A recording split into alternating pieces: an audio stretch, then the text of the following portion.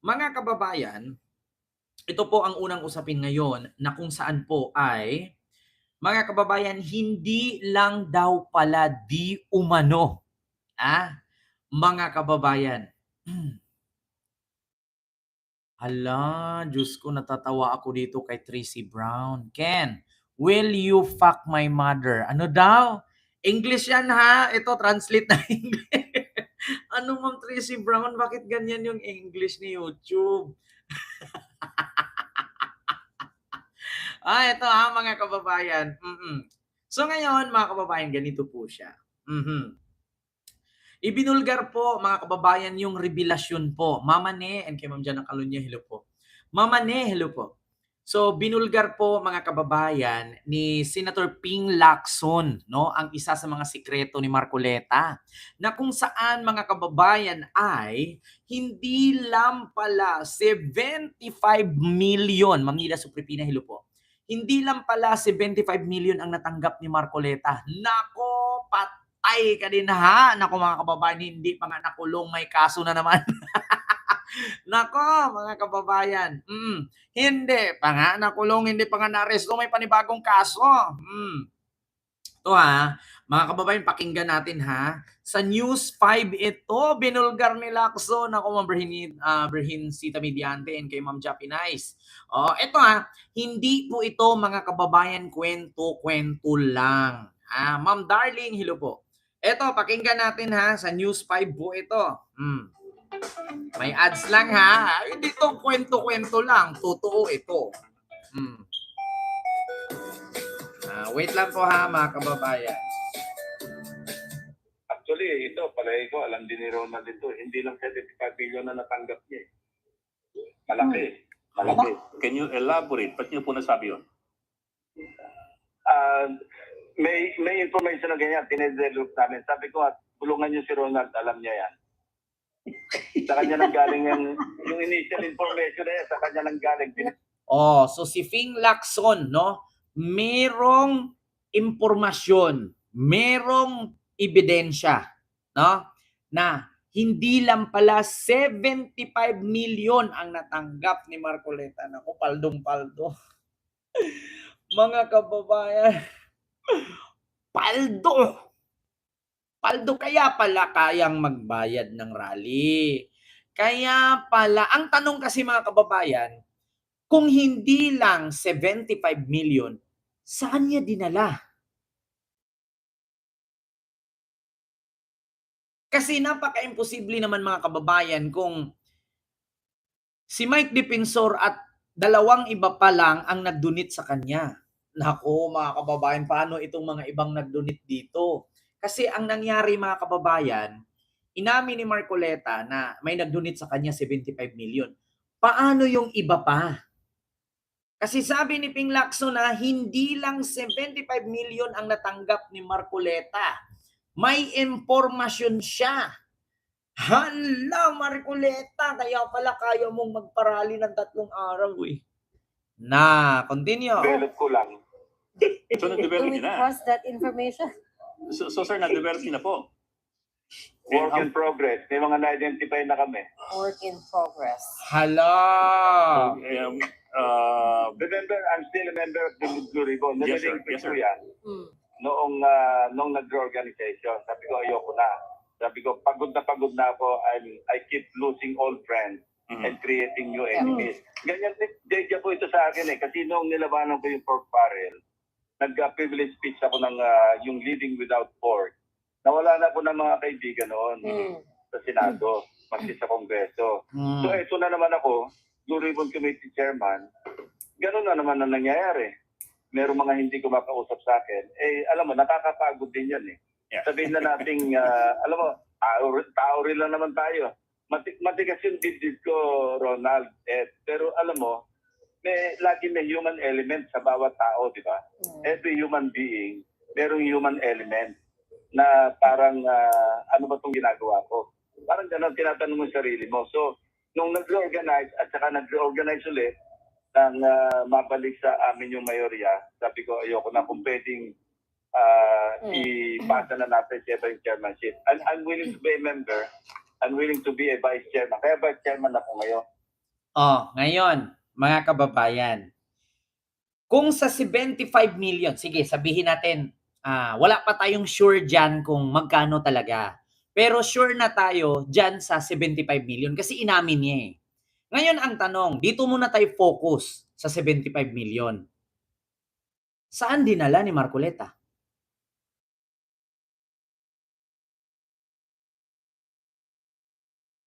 Kasi ang mangyari mga kababayan, sige sabihin natin, nag-donate si Mike Defensor at yung dalawa pang iba. Ma'am Manet, maraming salamat po ma'am sa yung super chat. Thank you so much po ma'am. Ayan. Ngayon mga kababayan, ganito po ang nangyari. Ayan. So, halimbawa, 75 million, sige focus tayo sa 75 million. Ang tanong, bakit 112 million ang nagastos niya? Tapos ang idiniklara niyang pera sa salin ay 52 million lang. Ito mga kababayan. Mathematics tayo ngayon. Kahit sabihin natin hindi ako marunong sa mathematics pero simpleng arithmetic lang yan eh. Ang dineclared ni Marcoleta ang salin, 52 million. Tandaan ninyo dineclared niya 52 million. Ma'am Jocelyn Flores, salamat po. 52 million. Ang nagastos niya sa campaign niya noong 2025, 112 million. I-deduct mo yung 75 na bigay ni Mike Defensor at yung dalawa pa. Saan ang galing yan? Sino ang nag-donate? Diba? Napakasinungaling ni Marcoleta. Sabi niya, ang pera niya 52 million. Tandaan niyo 52 million lang. Ngayon, nag-donate si Mike Defensor at si Espiritu at yung isa pa. So tatlo yan nag-donate. So kabuuhang 75 million. Pero ang nagastos ni Marcoleta nung eleksyong 2025, 112. So 112 minus 75 equals merong 42. 42 million. Kanino nang galing? Ayan ang 42 million ngayon, saan ang galing? Hindi naman natin pwedeng sabihin yung 42 million galing dun sa 52 million niya. 42 million. 75 million yung kay Mike Defensor at saka sa kasamahan niya. Tatlo sila noon. 112 minus 75 equals 42. Ngayon, ang salin ni Marcoleta, 52. Ngayon, kung sabihin natin doon niya kunin sa 52, edi may 10 million na lang siya. Edi dapat hindi na niya sinulat ang 52. Kasi bakit? Once kasi na yung 52 na yon ay isinali mo sa SOSE, hindi mo na isulat yung buong 52 doon sa salin mo. Kasi bakit? Nadidak na sa SOSE. Ngayon ang tanong, so saan nang galing ang 42 million tira sa 75 million ni Mike Defensor at saan nang galing ang 52 million ni Marcoleta na magkano lang naman ang sahod niya bilang congressman? Ayan na, mga kababayan. Mapaisip ka Mapaisip ka talaga. Sabihin natin, per congressman sumasahod ng 200,000 a month. Ilang taon ba ang congressman? Di ba 3? So 200 times 12 times 3. 3 taon Ito total natin total. Ito arithmetic, parang digong ba? Parang digong. 6 years naging presidente, bumaba 37 million lang sa pera. Ito i-total natin, punta tayo sa mathematics. Sa totoo lang mga kababayan, matatawa ka mag-isip Talagang malalaman mo talaga na sinungaling at nahuhuli sa sariling bibig. Ganito yan. 37 million mga kababayan kasi 112 So 37 million. Sorry. Sabi ko nga sa inyo, mahina ako sa math Ganito. Ang sahod, sabihin natin 200,000. Mga kababayan, 200,000 times 12. Equals 2.4 million.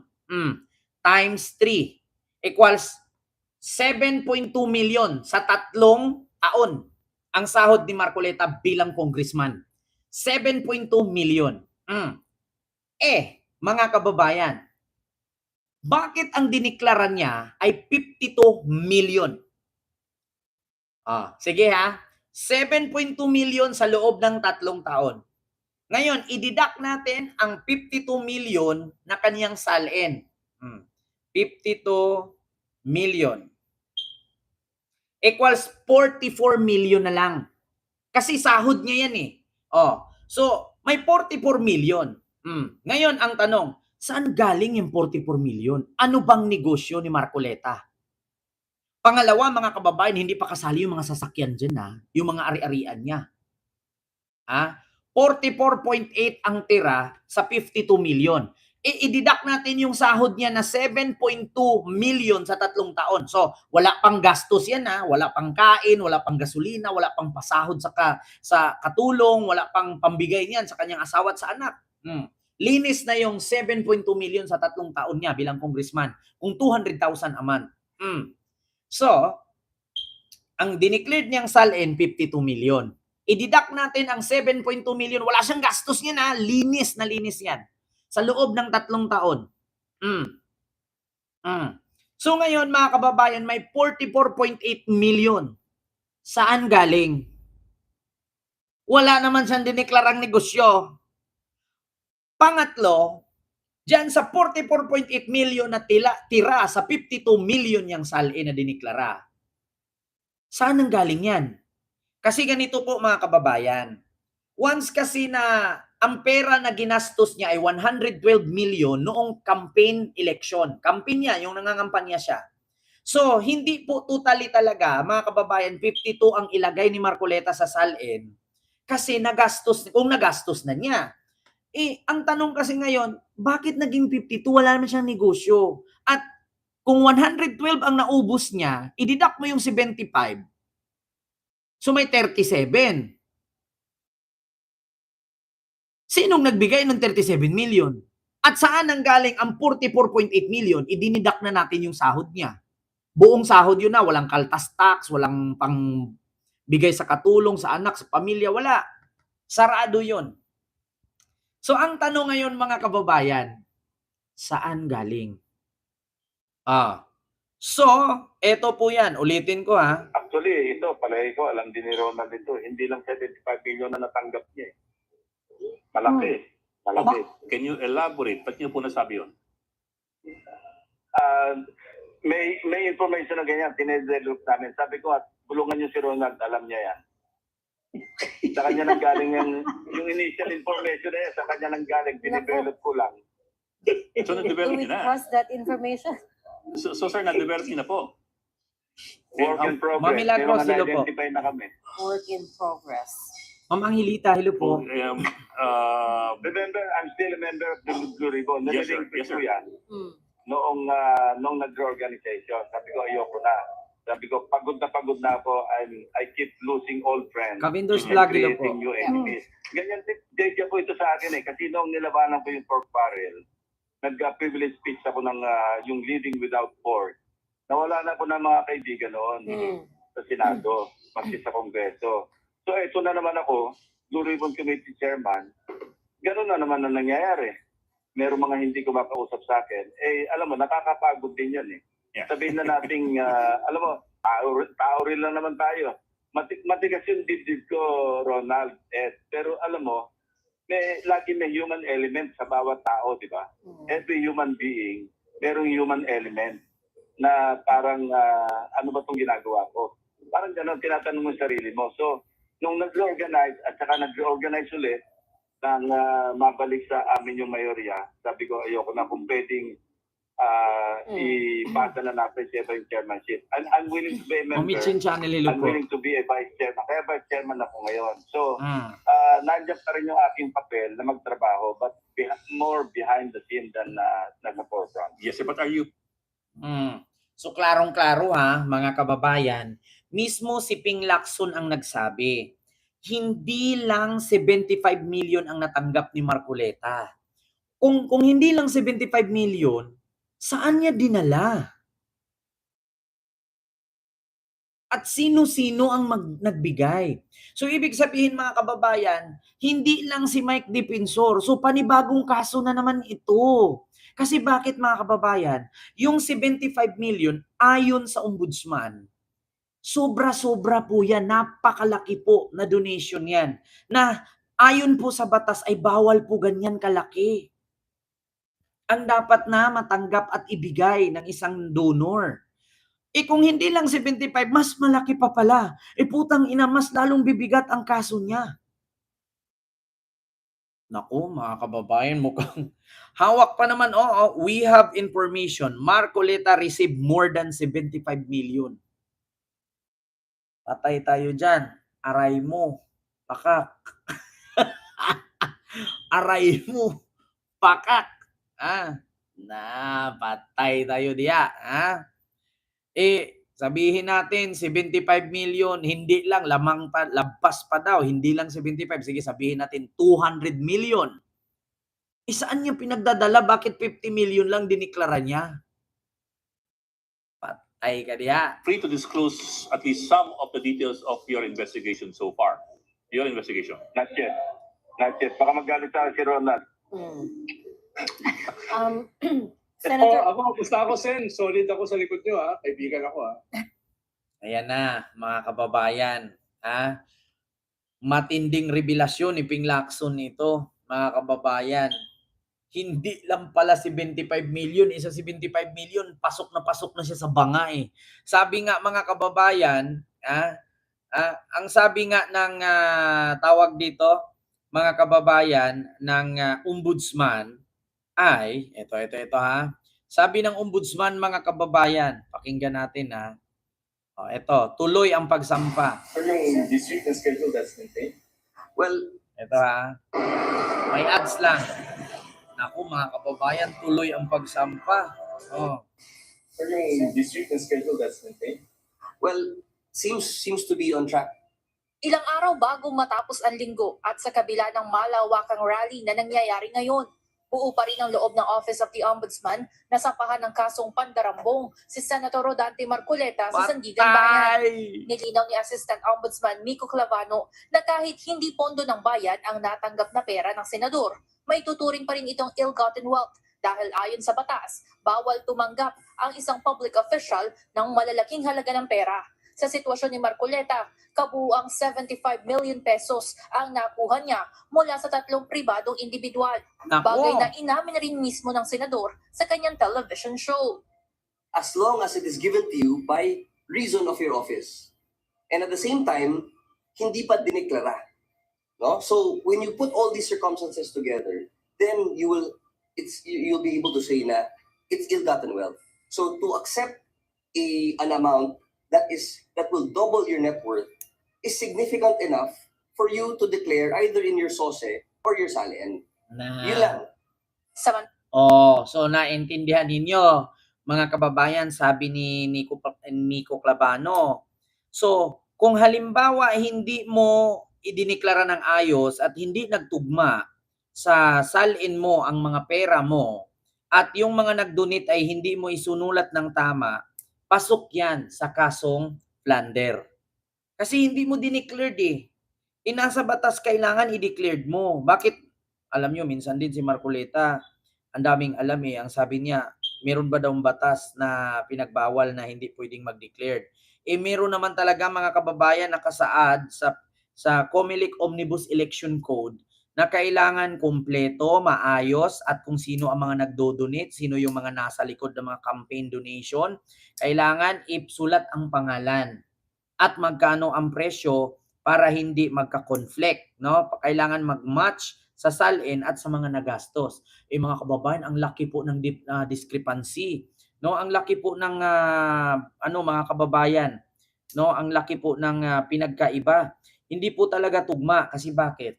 112 million ang nagastos niya. Pero yung SALN niya, 52 million. Di sana 172 million po dapat mga kababayan ang kanyang SALN. Kasi bakit? Ano yun? Gumastos ka ng 112 tapos SALN mo 50 lang? Hindi mag-match. Magni-negative ka pa. Biruin mo 52 ang dineclared mo. 112 ang naubos mo. Paano nangyari yun? Tanungin ko kayo mga kababayan. Pumunta ka na merkado, nangumpra ka, 112 ang nagastos mo, tapos yung pera mo 52 lang. Paano nangyari yun? Paano ka nakapagbayad ng 112 pesos sa palengke kung ang pera mo na alam mo naman sa bag mo 52 lang? Kaya maraming kasinungalingan si Marcoleta, mga kababayan. Yan ang mahirap i-explain. Yan ang sinabi ng INC na tutol silang kasuhan si Marcoleta kasi gusto daw nila transparency at accountability. Ang tanong ngayon, transparency ang hihanap nyo kay Marcoleta, wag sa administrasyon. Kay Marcoleta nyo hanapin yan. Dineclared mong SALN 52 million pero naubos mo 112. Paano nangyari? Ano yun, magic? Ano yun? Anak ka anak ka ni ni G. Costura? Ano yun? Anak ka ni Madam Auring? 'Di ba nakakapagtaka? 52 lang ang pera mo. Ang nagastos mo 112. Saan mo galing yung 37?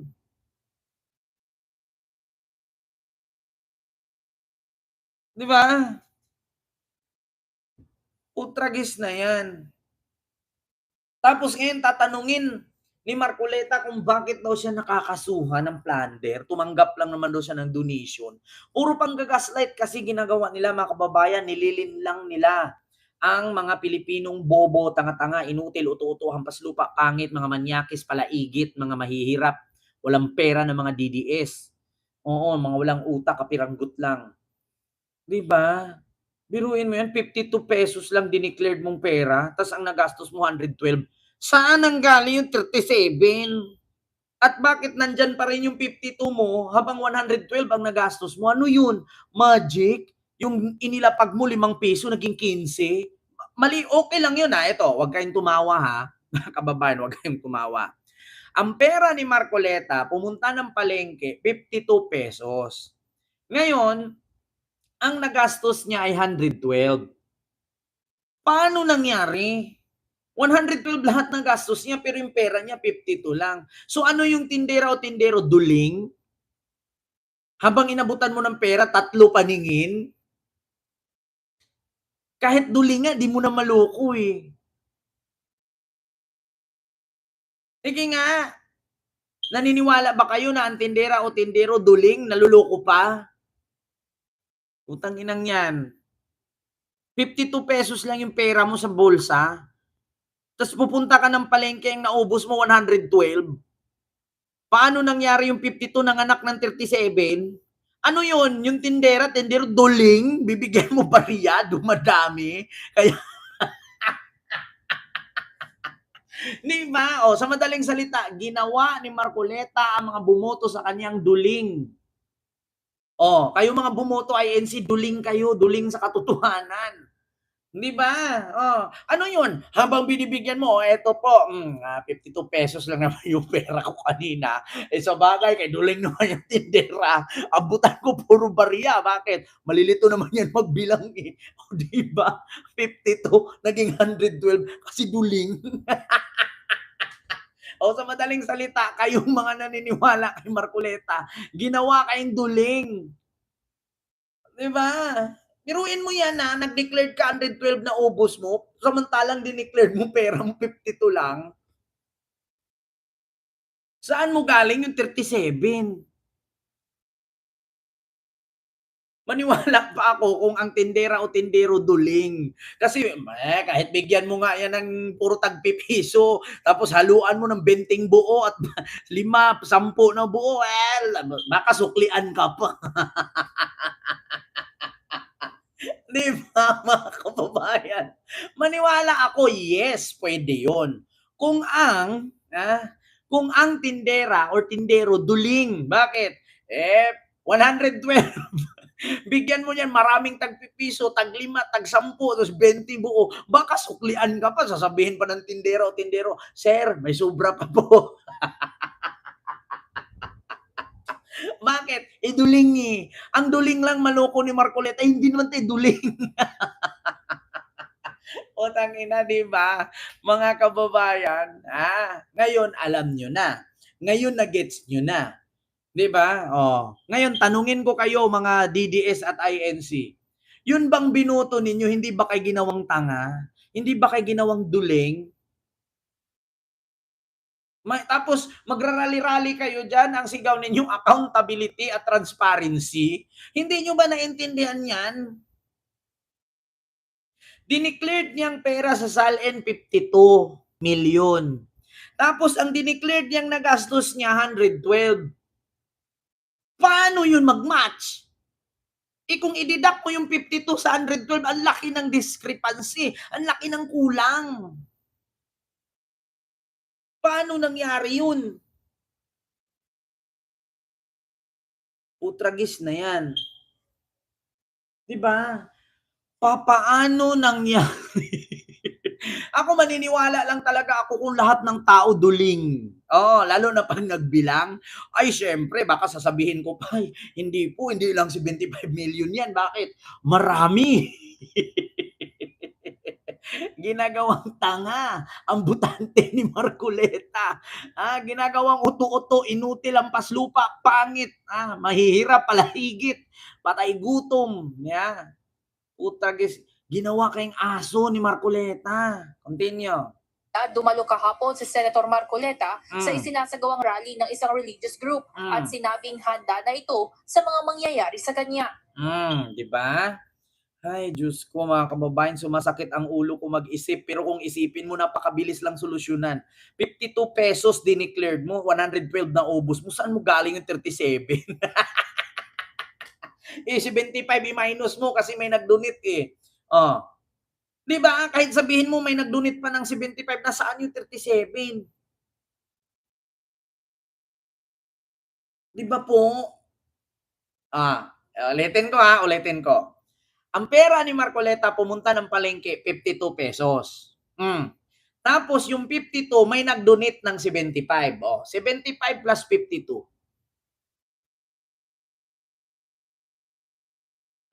Tapos ang naubos niya 112. So itabi mo yung 52, i-deduct mo yung 75. Saan galing yung 37?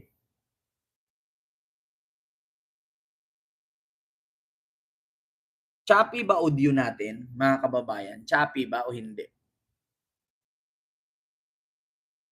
Diba? Kaya sa totoo lang, mga kababayan, kaya si Marcoleta, naku, mga kababayan, kaya nga sabi ni si Claire Castro, kung accountability and transparency ang sigaw ng INC, di ba?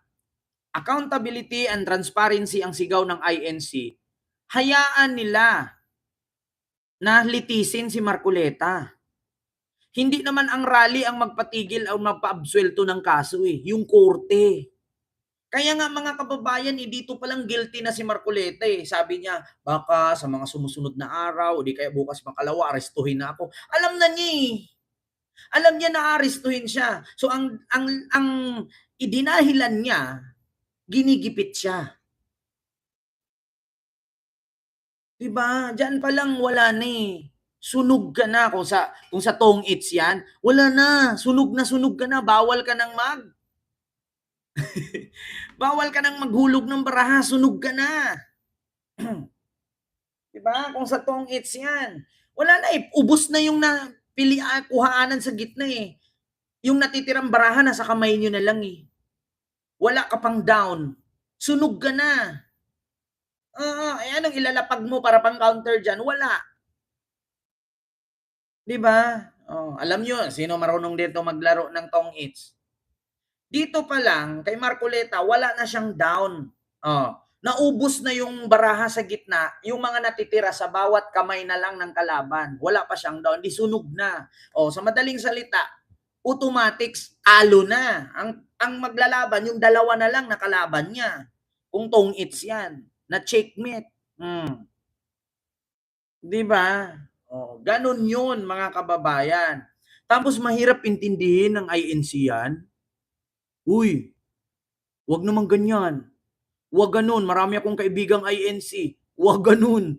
Marami kayong INC na edukado. Mga degree holder. Wag ganun. Ito yung sunod, mga kababayan. Ito. Ngayon, mga kababayan, dahil nga sa nabuking si Marcoleta, at meron ngang revelasyon si Ping Lacson, syempre wala ka ng taka, sunog ka na eh.